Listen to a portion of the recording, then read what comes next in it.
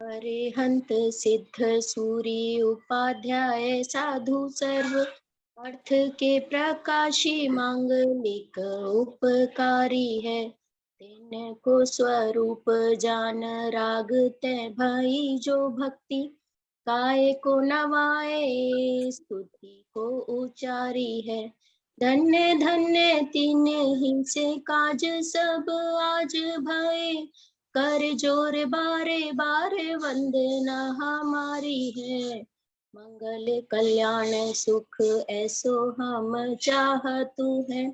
हो मेरी ऐसी दशा जैसी तुम धारी है।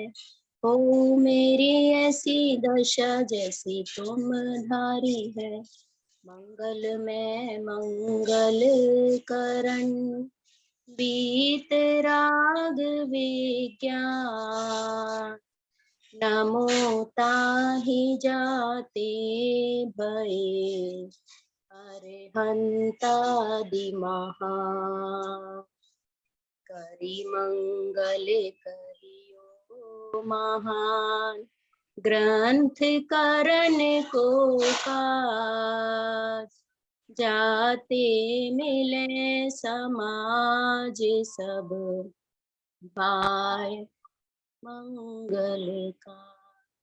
शिव उपाय करते प्रथम कारण मंगल रूप विघ्न विनाशक सुख करण नमो शुद्ध शिव भू नमो शुद्ध शिव। मुख्य प्रकाशक में नवाधिकार चल रहा है। प्रश्न दिए मैंने, लेकिन अभी एक दो दिन बाद करना चालू करेंगे, जब तक आप लोग कर लें।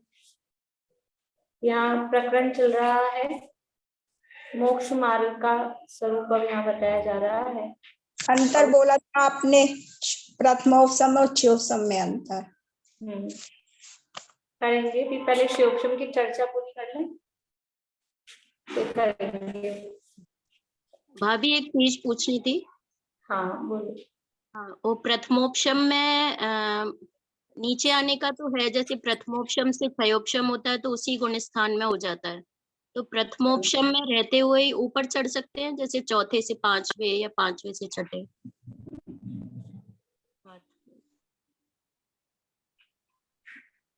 प्रथमोपशम में रहते हुए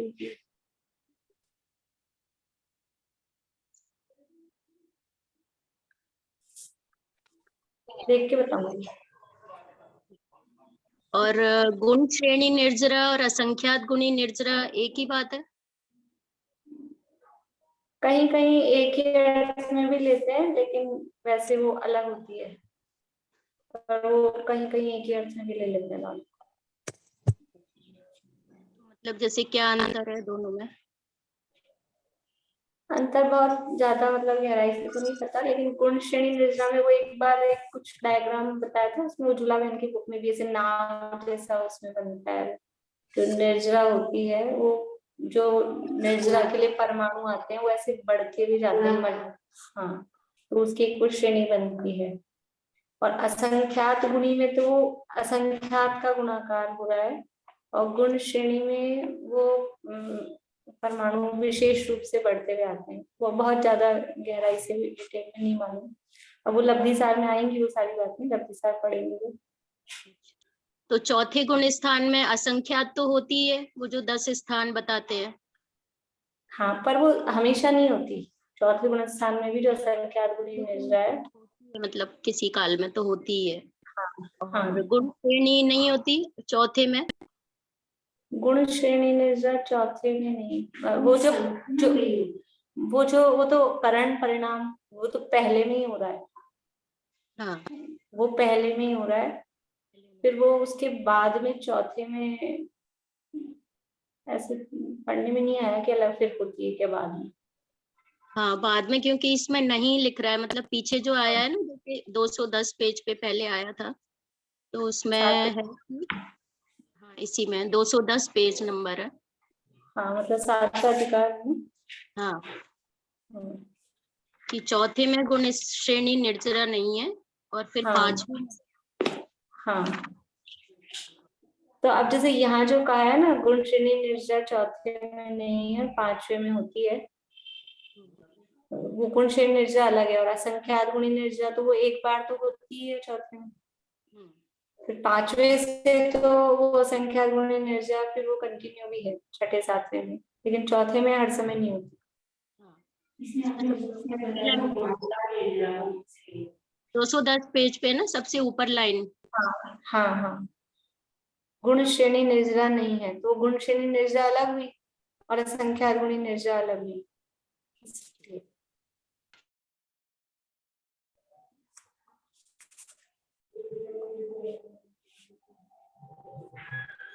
यहाँ अपना प्रकरण चल रहा था शिवोक्षम सम्यक्त्व के संदर्भ में, कि शिवोक्षम किसे कहते हैं और शिवोक्षम सम्यक्त्व किसे कहते हैं, ये चर्चा अपन ने कर ली थी।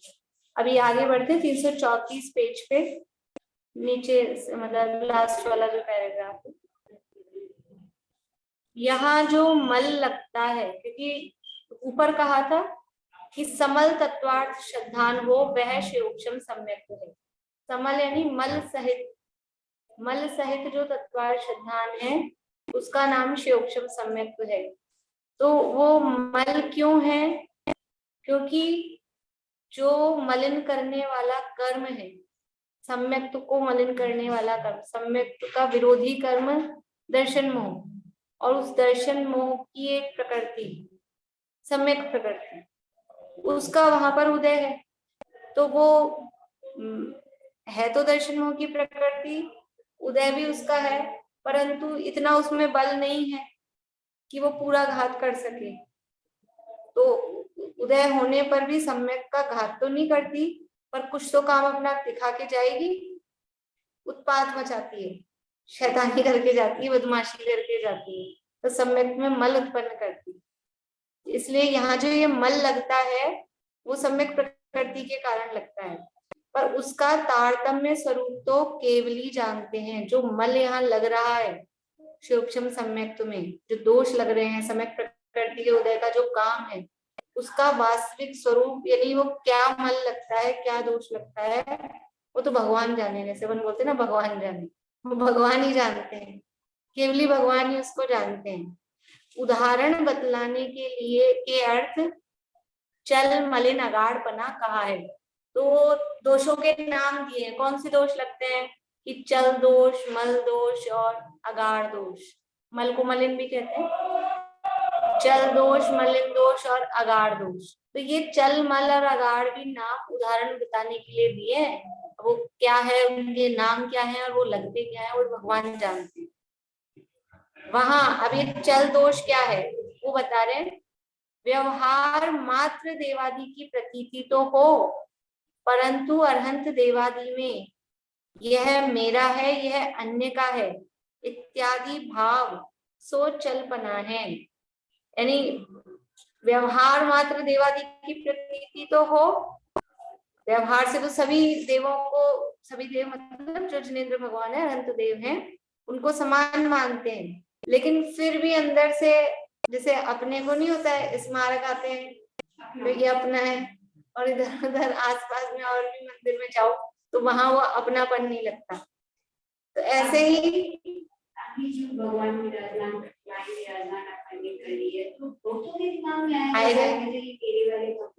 बिल्कुल, अब वहां ढाई दीप में पहुंचेंगे तो उस दिन ही जैसे वो तो विराजमान करके आ गए, फिर बाद में हम गए, हमको लेके गए, ये वाली अपनी ऐसे देखिए, ये वाली अपनी प्रतिमा है, आपके वाले कौन से? हाँ, अपने वाले कौन से?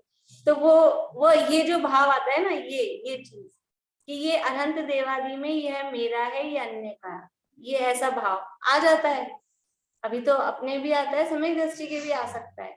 कहीं कोई वेदी, बहुत सारी वेदियां होती है मंदिरों में, तो पुराने मंदिर है शहर में, बड़ा मंदिर वगैरह, तो ये वाली वेदी अपन ने बनवाई है, इस पे काम अपन सब अपना अपना करवा के वो नाम लिखवा देते ना, इस वेदी का काम इन्होंने करवाया, इस वेदी का काम इन्होंने करवाया, तो उस वेदी के प्रति अपनापन ऐसा हो जाता है। तो ये इन अरहंत देवादिक में यह मेरा है, यह अन्य का इत्यादि भाव सुर चलपना है, लेकिन ये उदाहरण मात्र है वास्तव में। एक्चुअल में चल दोष क्या है वो केवली बुद्ध के गम्य है, वो शब्दों में नहीं बताया जा सकता, उसको कोई पकड़ भी नहीं सकता, ये तो बहुत स्थूल चीज है। लेकिन अब उदाहरण में इस तरह से उदाहरण बता दी कि ऐसा वो चलायमान बना उसके होता है, ये उदाहरण कहने का मात्र है। फिर मलपना क्या है कि शंकादि मल लगे सो मलिनपना है, शंका कांक्षा आदि के दोष लगे, ये समय दृष्टि के अतिचार भी कहते हैं ना, शंका कांक्षा की चिकित्सा अन्य दृष्टि प्रशंसा संस्तवः,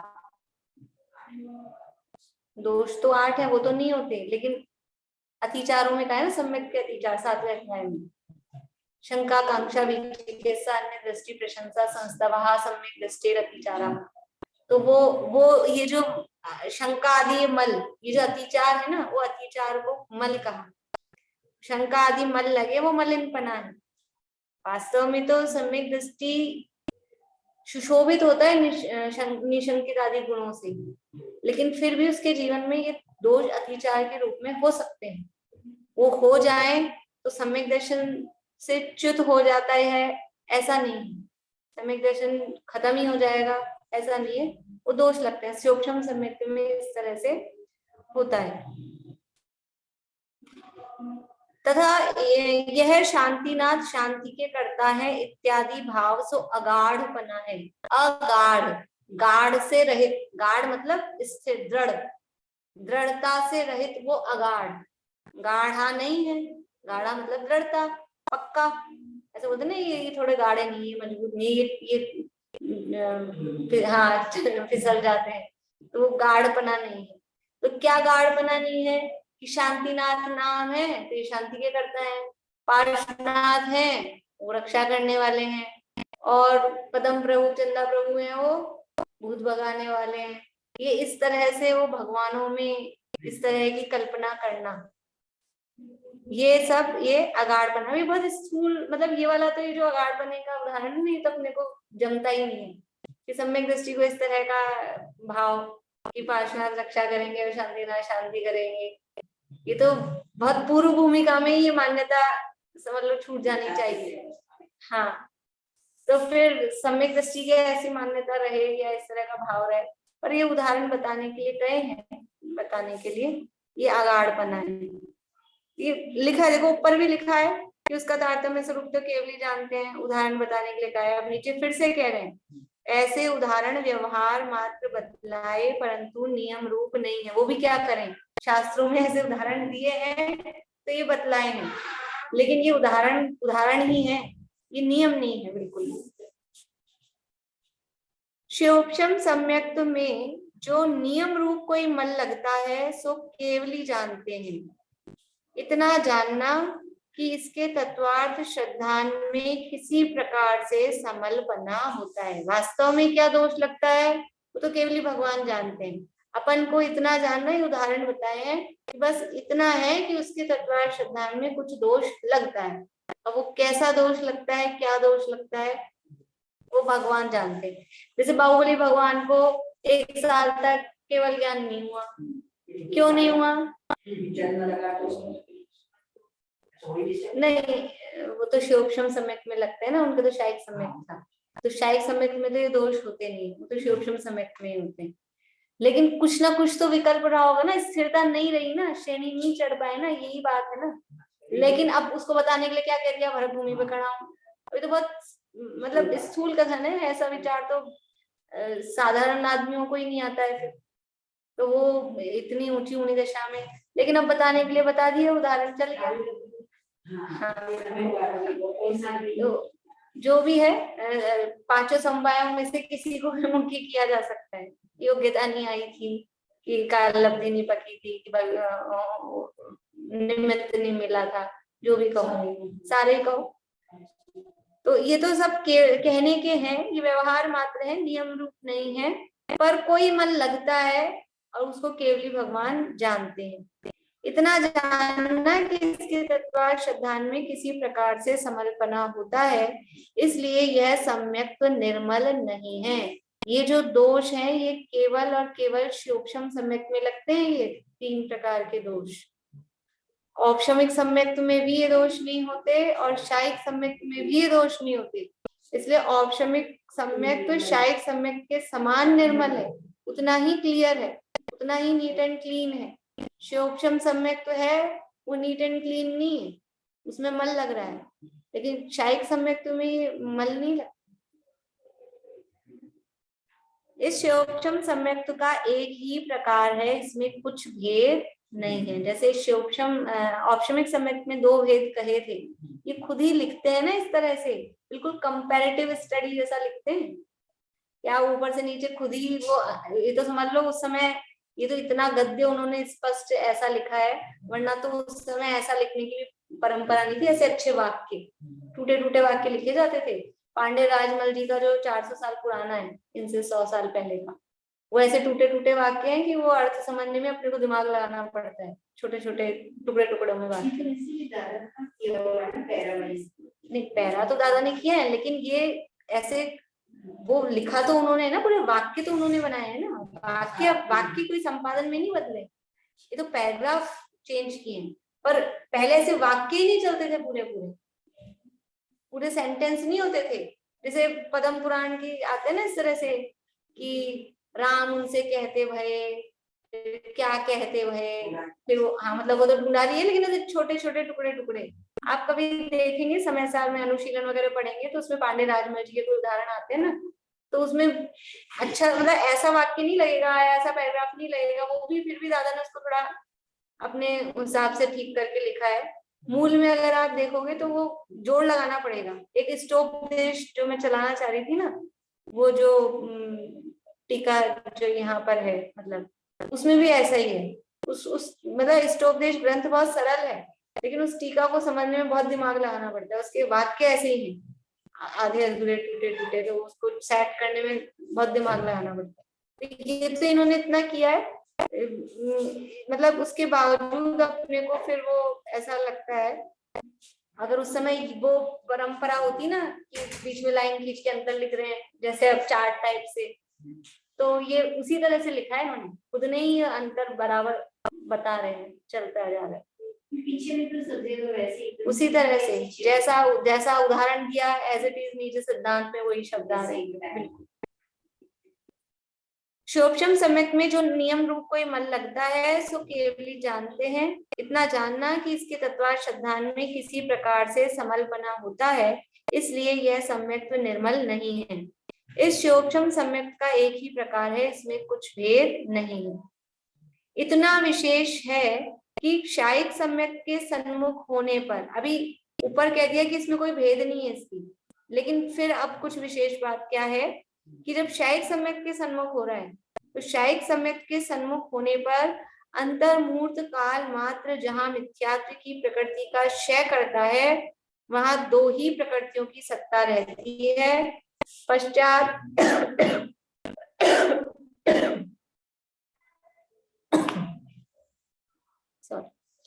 पश्चात मिश्र मोहिनी का भी क्षय करता है, वहां सम्यक्त मोहिनी की ही सत्ता रहती है। पश्चात सम्यक्त मोहिनी की कांडक घात आदि क्रिया नहीं करता, वहां सकृत कृत्य वेदक सम्यक दृष्टि नाम पाता है, ऐसा जानना। देखो सामान्य रूप से जो भी शोभशम सम्यक दृष्टि होगा रेगुलर, उसके पास दर्शन मोह की कितनी प्रकृतियों की सत्ता होगी? तीनों प्रकृतियों की सत्ता होगी। शोभशम सम्यक दृष्टि के पास में दर्शन मोहिनी की 3 प्रकृति की सत्ता है। कौन कौन सी 3? हाँ, कल मैंने क्या कहा था आपसे सुनने को, कल आप होमवर्क दिया था, शोभशम की नहीं, शोभशम सम्यक्त्व की। अब बोलो आप, मेरे को याद आ गया। हाँ, वर्तमान कालीन सर्वकाती मिथ्यात्व सम्यक मिथ्यात्व प्रकृति पदशय प्रकृति भी लगेगा इसमें क्षय पक्का क्षय लॉक कर दूं?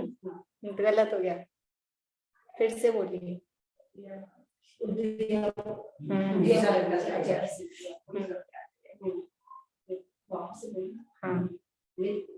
वर्तमान कालीन सर्वकाती मिथ्यात्व सम्यक मिथ्यात्व भविष्य कालीन देश उन्हीं प्रकृतियों का सदवस्था देश का प्रकृति का सम्यक प्रकृति प्रकृति का उदय, ऐसी अवस्था को शोभशम सम्यक तो कहते हैं। बढ़िया, ठीक है, बढ़िया। हाँ, इसलिए तो आपसे सुनी है कि यहाँ टाइम निकाल लो आप।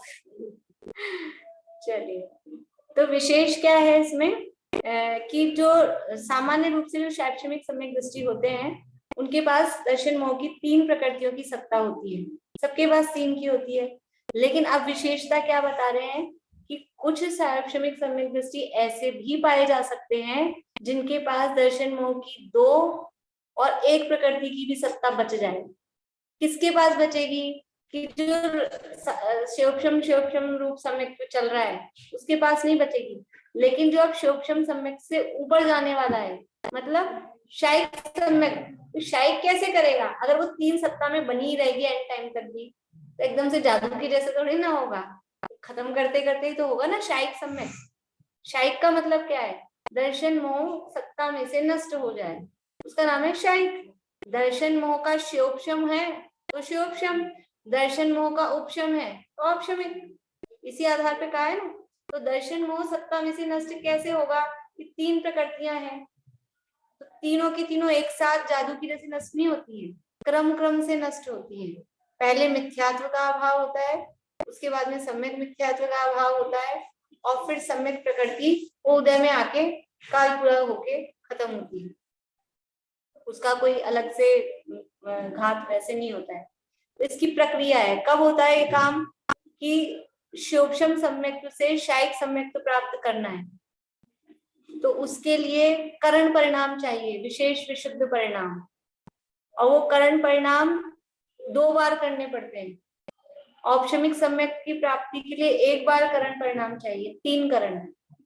शोभशम सम्यक के लिए 2 करण में ही काम हो जाता है, अध्ययकरण और पूर्वकरण में। प्रथमोपशम सम्यक के लिए या कहो सामान्य रूप से औपशमिक सम्यक के लिए 1 बार 3 करण, अध्यय प्रवृत्तकरण, अपूर्वकरण, अनिवृत्तिकरण, तीनों करण 1 टाइम, 1 बार। शोभशम सम्यक के लिए करण परिणाम चाहिए, लेकिन 2 ही करण, अध्ययकरण और अपूर्वकरण, उतने में ही काम हो जाता है। लेकिन शायिक सम्यक के लिए 2 बार करण परिणाम करने पड़ते हैं, तब शायिक सम्यक कंप्लीट होता है। तो 2 बार कैसे कि 1 बार अनंतानुबंधी को सेट करना पड़ता है, उसको बोलते हैं अनंतानुबंधी की विषय योजना। 1 बार उसके लिए 3 करण होते हैं, और फिर दूसरी बार दर्शन मोह का फिर दूसरी बार दर्शन मोह का क्षय करने के लिए। तो ऐसे शायिक सम्यक की प्राप्ति की प्रक्रिया में 2 बार 3 करण परिणाम चाहिए। तो ये जो करण परिणाम हो रहा है, अनंतानुबंधी की विषय योजना को तो यहाँ भी कंसीडर करनी है, उसकी बात आगे करेंगे। अनंतानुबंधी का यहाँ नाम ही नहीं ले रहे अभी, तो उसको तो अभी अपन टच नहीं करते हैं।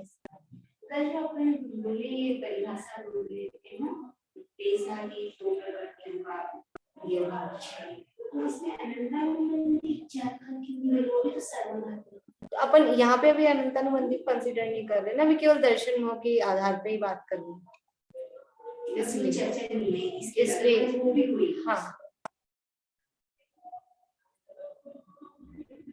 तो यहाँ क्या कह रही थी मैं? हाँ, 2 बार करण इसमें चाहिए नहीं। शायिक सम्यक के लिए अनंतानुबंधी की विषय योजना अपन ये मान के चलेंगे कि वो हो गई। अनंतानुबंधी विषय योजना का मतलब है अनंतानुबंधी नष्ट होगी। विषय योजना का मतलब है नष्ट करना, अनंतानुबंधी को जो नष्ट करने की प्रक्रिया है उसको विषय योजना। बोलिए आशा आंटी। इसमें जब अपनों ने क्षयोपशम सम्यक्त पढ़ा था तो उसमें लिखा था देशघात, ये सम्यक्त प्रकृति का जब उदय है देशघाती प्रकृति का, तब वो क्षयोपशम सम्यक्त हो जाता है। तो फिर उसमें 2 करण कहाँ लगे? वो करण होते हैं जब अगर मिथ्यात्व से, देखो अगर औपशमिक सम्यक्त से ही डायरेक्ट क्षयोपशम हो रहा है कन्वर्ट, है ना। क्षयोपशम सम्यक्त 2 प्रकार से प्राप्त हो सकता है, एक तो औपशमिक प्रथमोपशम से क्षयोपशम हो जाए, और दूसरा मिथ्यात्व से क्षयोपशम हो। तो अगर प्रथमोपशम से ही कन्वर्ट होके क्षयोपशम हो रहा है तब तो करण परिणाम अलग से चाहिए नहीं, क्योंकि अभी प्रथमोपशम में हुए ही थे और उसी से वो कन्वर्ट हो रहा है, तब तो करण परिणाम नहीं चाहिए। लेकिन अगर मिथ्यात्व दशा से शिवोपशम सम्यक्त प्राप्त कर रहा है तो फिर 2 करण परिणाम उस समय होंगे। तो कहते हैं ना बिना विशुद्धि ऑप्शन, चाहिए ना, करण परिणाम का मतलब क्या है? बिना विशुद्धि के कैसे सम्यक्त प्राप्त होगा? वो कहते हैं ना विशुद्धि। बिना औपशमिक के क्षयोपशमिक नहीं हो सकता, ऐसा बोलते हैं ना। हाँ, तो वो उसमें अंडरस्टूड है कि कोई किसी ने पहले प्रथमोपशम सम्यक्त प्राप्त कर लिया था, फिर छूट गया, अभी मिथ्यात्व में है, वो तो अंडरस्टूड है। बिना प्रथमोपशम के तो क्षयपशमिक होगा ही नहीं, वो तो नियम ही है। लेकिन अभी प्रथमोपशम प्राप्त करके मिथ्यात्व में आ गया, अब मिथ्यात्व में आ गया, साधी मिथ्या दृष्टि हो गया, तो वो उसको प्रथमोपशम नहीं होगा दोबारा असंख्यात वर्ष से पहले। तो वो उसको जब दोबारा अगर सम्यक्त कुछ हो रहा है वो शिवोपशम होगा, तो मिथ्यात्व से डायरेक्ट शिवोपशम सम्यक्त हो सकता है। ये पढ़ा था कल अपन ने शायद, ये है ना, ये ऊपर ही तो पढ़ा था 334 पेज पे, ये ऊपर से दूसरा तीसरा पैरा, कि जहाँ दर्शन मोह की 3 प्रकृतियों में सम्यक्त मोहिनी का उदय हो, अन्य 2 का उदय न हो, वहां शिवोपशम सम्यक्त होता है। शिवोपशम सम्यक्त का काल पूर्ण होने पर यह सम्यक्त होता है। वह साधी मिथ्या दृष्टि के मिथ्यात्व गुणस्थान से व मिश्र गुणस्थान से भी इसकी प्राप्ति होती। तो जो साधी मिथ्या दृष्टि है, मतलब एक बार औपशमिक सम्यक्त प्राप्त कर चुका है, वो मिथ्यात्व से या तीसरे गुणस्थान में है, तो वहां से सीधा शिवोपशम सम्यक्त प्राप्त कर सकता है। और मिथ्यात्व से या तीसरे गुणस्थान से अगर आ रहा है शिवोपशम सम्यक्त में, तो वो विशुद्धि चाहिए, तो करण परिणाम होंगे। और प्रथमोपशम से ही शिवोपशम में कन्वर्ट हो रहा है, तो वो उधर यूं क्यों कन्वर्ट हो जाता है, फिर उसके लिए करण परिणाम नहीं चाहिए। तीसरे गुण स्थान से आ रहा है तो भी करण करने होंगे। हाँ, तीसरे विशुद्धि चाहिए ना, विशुद्धि चाहिए। करण परिणाम का मतलब ही है कि विशुद्धि बढ़ाना। करण का मतलब ही है विशुद्धि करना, क्षय हो जाना, क्षपना मतलब नष्ट करना। तो शिवोपशम सम्यक्त से शायिक सम्यक्त की जो प्रक्रिया होती है, अनंतानुबंधी की विषयोजना हो गई, वो नष्ट हो गया। उसके बाद में दर्शन मोह की क्षपणा का प्रारंभ किया जाता है, मतलब दर्शन मोह को नष्ट करने की प्रोसेस वो शुरू की जाती है। तो वो प्रोसेस कैसे होती है कि उसके लिए करण परिणाम होते हैं वापस से, और उस करण परिणामों में वो सारे अध्ययकरण होगा, उसके जो 4 आवश्यक है वो होंगे, अपूर्वकरण होगा, उसके 4 आवश्यक और होंगे, फिर अन्यवृत्तिकरण में पहुंचेगा, वो सारा काम बराबर होगा। लेकिन अब यहाँ पर अन्यवृत्तिकरण में वो नहीं होगा, अंतरकरण और उपशमकरण, वो प्रथमोपशम में हुआ था। वो हर जगह के करण में अंतरकरण उपशमकरण नहीं होगा, अन्यवृत्तिकरण। देखो प्रथमोपशम के लिए जो अन्यवृत्तिकरण हुआ था, उसमें अपन ने 2 काम पढ़े थे, एक अंतरकरण हुआ था, एक उपशमकरण हुआ था, गैप बनाया गया था, और ऊपर जो बाद वाली स्थिति वाले कर्म थे, हाँ बाद वाली स्थिति वाले जो कर्म थे उनको उपशमित किया गया था, उदीर्ण होके उदय में नहीं आ जाएंगे। तो वो उपशमकरण और ये अंतरकरण, ये 2 काम अनिवृत्तिकरण में होते हैं। लेकिन कौन से अनिवृत्तिकरण में होते हैं? प्रथमोपशम या द्वितीयोपशम?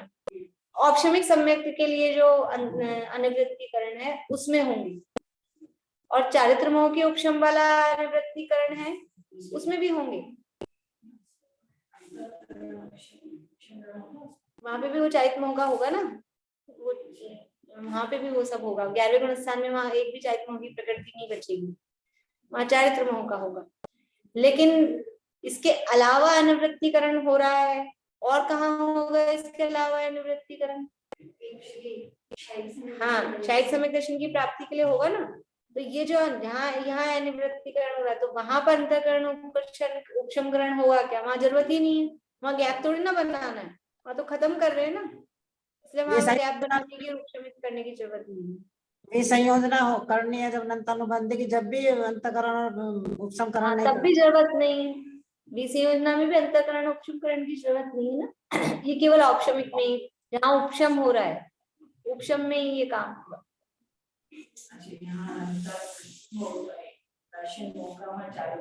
हाँ हाँ,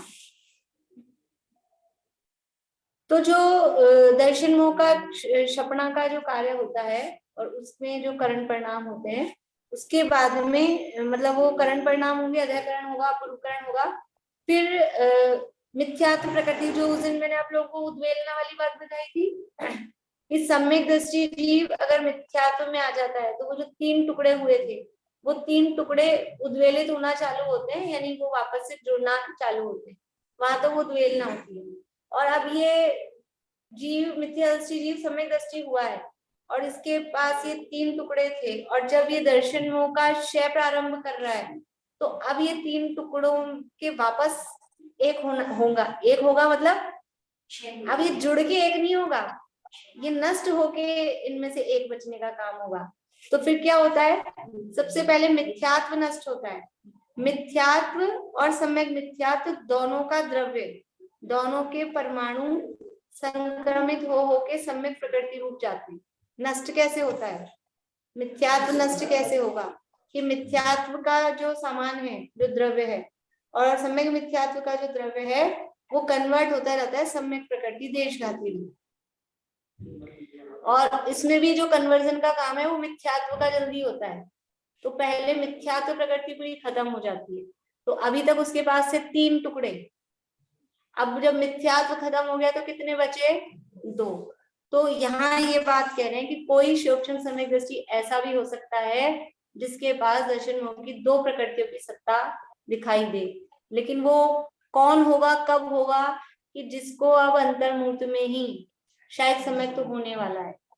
ऐसा नहीं कि अभी 2-4 भाव बचे हैं, 2-4 साल बचे हैं शायद सम्यक में और उसके बाद 2 प्रकृतियों की सत्ता मिल जाए, ऐसा नहीं होगा, क्योंकि वो रिवर्स नहीं होगा। दर्शन मोह की क्षपणा एक बार प्रारंभ कर दी तो उसमें रिवर्स नहीं होगा। अनंतानुबंधी की विषय योजना तो असंख्यात बार करके छूट जाती है, लैप्स हो जाती है, लेकिन दर्शन मोह की क्षपणा तो वो एक ही बार होगी, उसमें रिवर्स गियर नहीं है कि वापस आ जाए।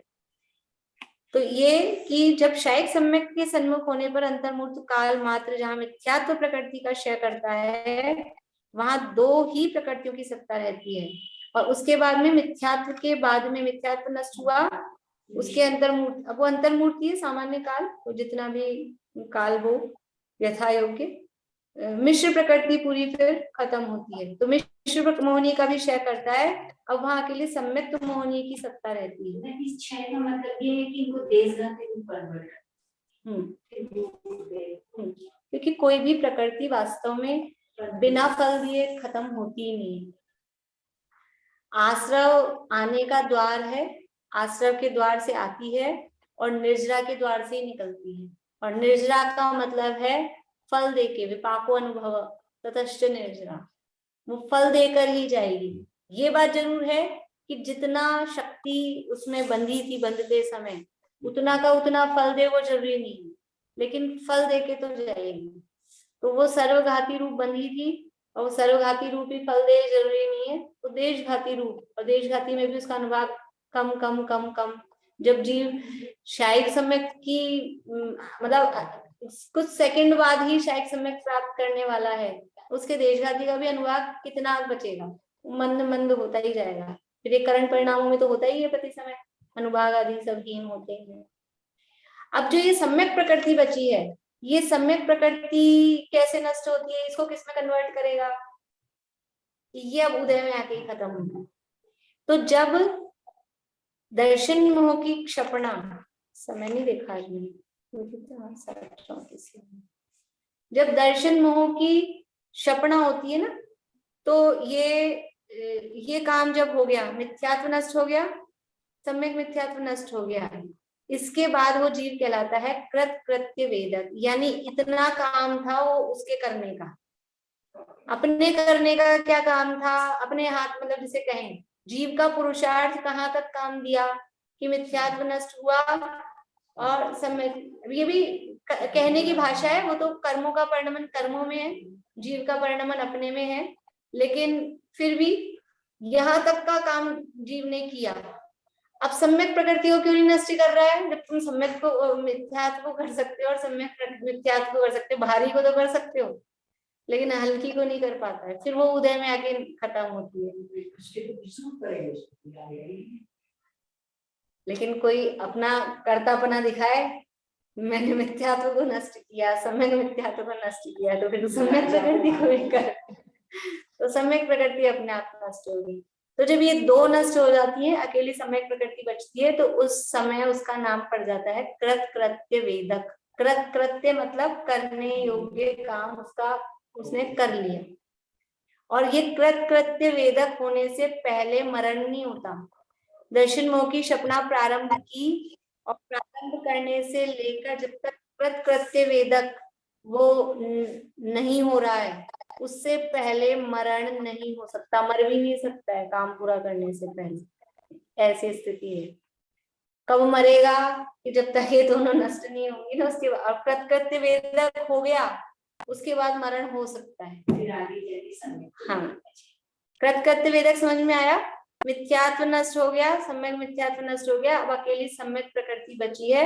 और वो सम्यक प्रकृति का भी जितना सा टाइम, जितनी उसकी स्थिति काल बचा हुआ है, बस वो काल पूरा होते ही वो उसका समय पूरा हुआ और ये शायद सम्यक हो जाएगा। करते वेदक में हमसे जो कार्य करने का काम हो गया, अब उसको सम्यक प्रकृति का वेदन में है। हाँ, वेदन, सम्यक प्रकृति का वेदन। अभी ये भी आगे कहेंगे कि वेदक सम्यक क्यों कहते हैं, शैक्षणिक सम्यक क्यों कहते हैं। ये आगे ये आने वाला है, इसी में ये अगला ही लाइन है वो उसमें देने वाले।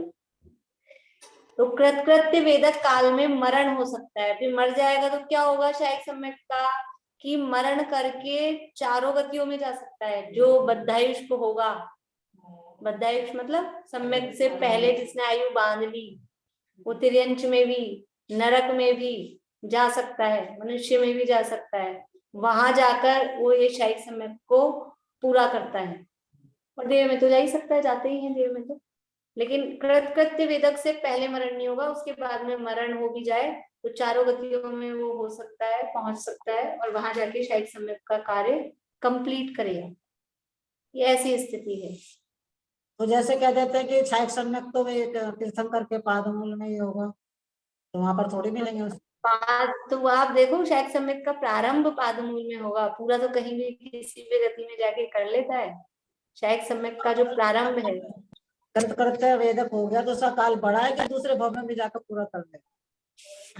काल कितना, दूसरे भव में जाने में कितनी देर लगती है, 2-4 घंटे लगते हैं। एक दो आपको दो वहां समय से शांति नगर से स्मारक आने में टाइम लगेगा, दूसरे भव में जाने में इतना टाइम नहीं लगता है। नहीं, वहां तो दूसरे 2 भव समय में 3 जाने में समय 1 समय, 2 समय, बस 2 समय से ज्यादा समय नहीं है, बहुत कम समय हो जाता है। तो वहां जाते कर लेंगे फिर पूरा। भाई जाते मान लो गर्भ अवस्था में है तो वहां पूरा करेगा। अरे गर्भ, हाँ हाँ, गर्भ समझ लो मनुष्य की अपेक्षा, तिरंज की अपेक्षा से गर्भ, हाँ उसी में हो जाता है, वो तो अपर्याप्त दशा में पूरा हो जाता है। वही मुझे क्षयक्षम में आएगा और वेदक में हो तो भी क्षयक्षम समय के बाद तभी मरण, उस अवस्था में थोड़ी मरण। कृत्य वेदक में हो सकता है। कृत्य वेदक मतलब वो क्षयक्षम समय की अवस्था है ना। हाँ, शिवक्षम तो है ही, शिवक्षम तो है ही, लेकिन उससे पहले नहीं हो सकता। दर्शन मोह की सपना प्रारंभ कर दी, अभी मिथ्यात्व का क्षय का काम चल रहा है और बीच में मरण हो जाए, नहीं होगा, नहीं हो सकता। और उधर अंतर उसकी अनंतानुबंधी की विषय होगी ना, वो काम हो गया तब भी नहीं होगा। अनंतानुबंधी की विषय योजना की बात तो हो सकता है, लेकिन दर्शन मोह का क्षय का प्रारंभ कर दिया अगर, तब नहीं हो सकता। अनंतानुबंधी की विषय योजना कर ली, उसके बाद मरण हो जाएगा, हो सकता है। फिर वो इस भाव में कर ही नहीं पाएगा दर्शन मोह का क्षय, क्योंकि दर्शन मोह के क्षय का प्रारंभ, शायद समय का प्रारंभ केवली शुद्ध केवली के पादमूल में ही होता है। तो यार मरण हो गया इस भाव में, तो अगले भाव में जाएगा जहां भी, तो वो फिर केवली शुद्ध केवली का पादमूल होना चाहिए ना, तभी तो होगा। दर्शन मोह की सपना तभी होगी जब शायद समय होगा। हाँ, तभी होगी, उससे पहले कैसे होगी। दर्शन मोह की सपना का मतलब ही है शायद सम्यक प्राप्त किया जा रहा है। दर्शन मोह की सपना का ही मतलब है। उससे पहले तो केवल अनंतानुबंधी सम्यक दृष्टि।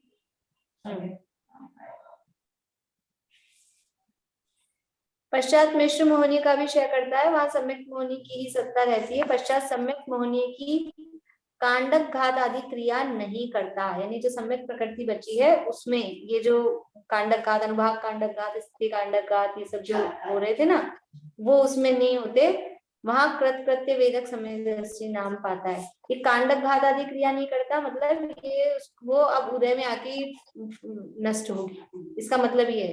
क्योंकि ऐसे तो उनका घात कर दिया था, स्थिति कांडक अनुभाग कांडक से वो खत्म कर रहे थे जल्दी जल्दी, कांडक घात ऐसे बड़े बड़े टुकड़े के टुकड़े खत्म हो रहे हैं, तब तो प्रकृतियां नष्ट होती है। इतने इतनी करंट परिणामों में क्या होता है, इतनी इतनी स्थितियां, इतने इतने अनुभाग ऐसे नष्ट होते हैं। लेकिन अब सम्यक प्रकृति बची है, उसका ये नहीं होगा, वो उदय में आके खत्म होगा, मतलब कोई कांड नहीं करता। बोलिए आशा आंटी। जैसे सहायक सम्यक्त के लिए तो केवली का पादमूल जरूरी है, हाँ ऐसे अनंतानुबंधी की विश्व योजना के लिए कोई मिनिमम रिक्वायरमेंट नहीं है। नहीं, ऐसा नियम नहीं है, वो तो कभी भी हो सकती है। शायद श्रमिक सम्यक दृष्टि को हो सकती है, प्रथमोपशम में भी हो सकती है, औपशमिक सम्यक में भी अनंतानुबंधी की विषय योजना हो सकती है। मतलब बीज योजना से मतलब ये है ना कि वो उसमें प्रत्याख्यान वर्ण उनमें कन्वर्ट हो जाती है। हाँ हाँ हाँ। तो फिर ऐसा क्यों कि फिर बार बार में हो जाती है, वापस बार बार में संयोजना हो जाती है उसकी, ऐसा क्यों? क्योंकि उसको करने के बाद में मतलब वो ऐसा लॉक है कि उसके बाद एक और लॉक चाहिए, तो वो दर्शन मोह का क्षय नहीं हो तो वो लॉक नहीं होती, वो लॉक ऐसा है कि वो खुल जाता है। वापस दर्शन मोह का अनंतानुबंधी क्षय होने पर लॉक होती है। नहीं तो वापस अनंतानुबंधी में कन्वर्ट हो जाती है। हाँ, वो वापस वो जो जो सामान उसको दिया था वो वापस इधर आ जाता है, तो वापस अनंतानुबंधी बनने लग जाती है, वापस सत्ता में आ जाती है। तथा इस शिवोपशम सम्यक्त ही का नाम वेदक सम्यक्त है। शिवोपशम सम्यक्त का ही दूसरा नाम क्या है? वेदक सम्यक्त। ठीक है, जहां मिथ्यात्व मिश्र मोहनी की मुख्यता से कहा जाए वहां शयोपशम नाम पाता है। यानी जहां पर मिथ्यात्व और सम्यक मिथ्यात्व प्रकृति का उदयभावी क्षय सदवस्था रूप उपशम, मतलब उनका शयोपशम है, उसकी मुख्यता से कहा जा रहा है, तब शयोपशम नाम पड़ता है, तो शयोपशम वर्ड देते हैं, है ना। शयोपशम वर्ड में मिथ्यात्व और सम्यक मिथ्यात्व प्रकृति की मुख्यता से वो नाम दिया जा रहा है शयोपशम। और सम्यक्त मोहनी की मुख्यता से कहा जाए वहां वेदक, वेदक का मतलब है उसका वेदन किया जा रहा है। हाँ, दोनों नामों में ये प्रश्न उसमें था अभी सतपथ में, और वहां जो कार्यक्रम हुआ था उसमें भी आया था ये प्रश्न, और बहुत उस पर चर्चा हुई थी। फिर शैलेश भाई जी का पूरा प्रवचन अगले दिन इस बात पे हुआ था। संजीव जी भी गलत सिद्ध हो गए। हाँ, तो पूरा प्रवचन शैलेश भाई जी ने फिर इस पे अगले दिन हिंदी में किया था। ये पूरा ये वेदन करता है ना, वेदन किसका वेदन कर रहा है? शोभम सम्यक दृष्टि सम्यक प्रकृति का, उसका जिसका उदय होगा उसी का तो वेदन करेगा, जो उपशमित है उसका वेदन कैसे करेगा?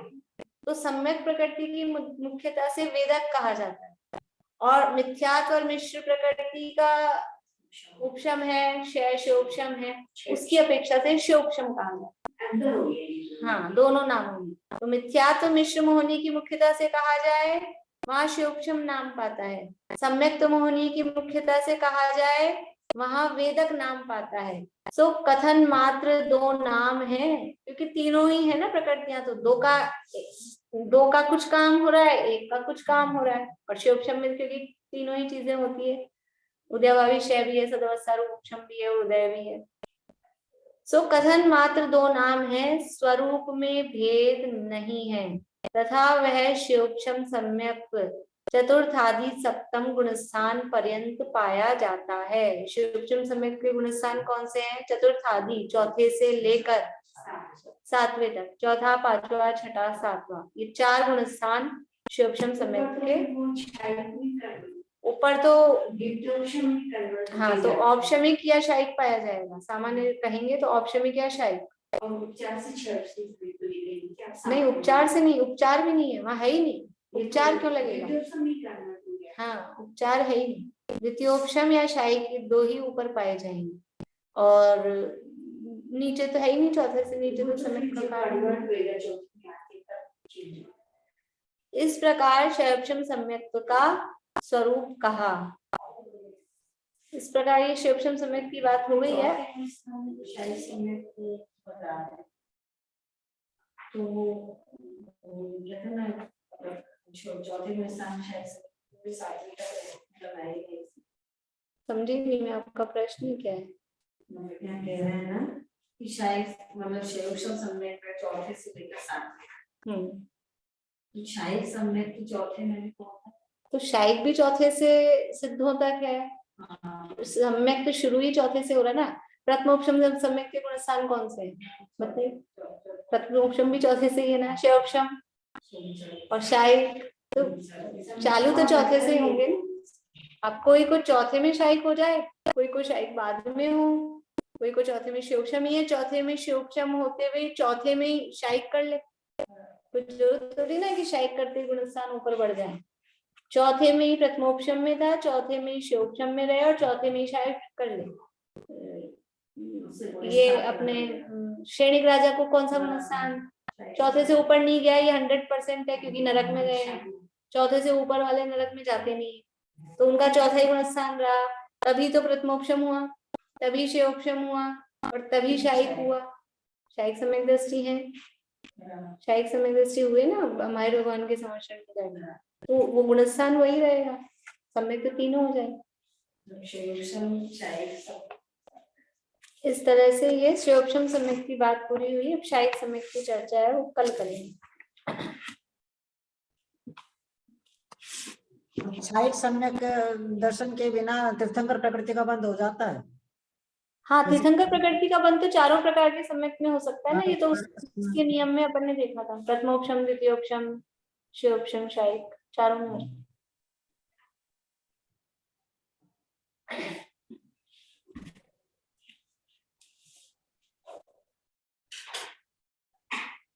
या जग मंदिर में अनिवार्य ज्ञान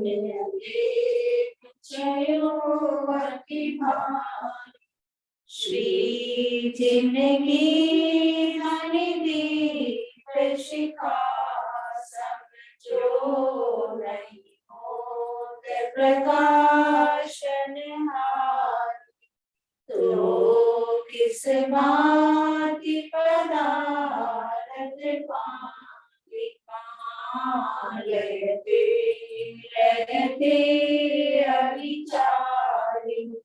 या विधि संत कहे धनी है जिनमें बड़े उपकार।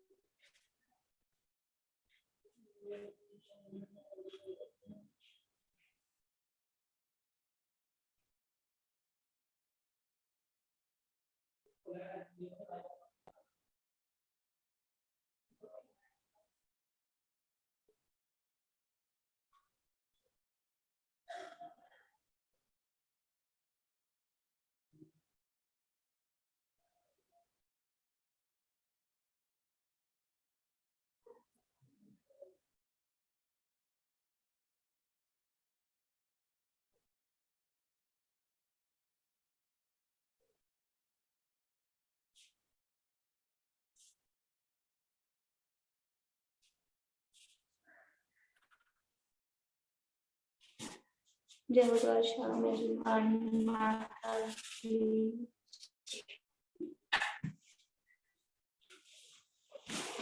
जय श्री सभी को। जय।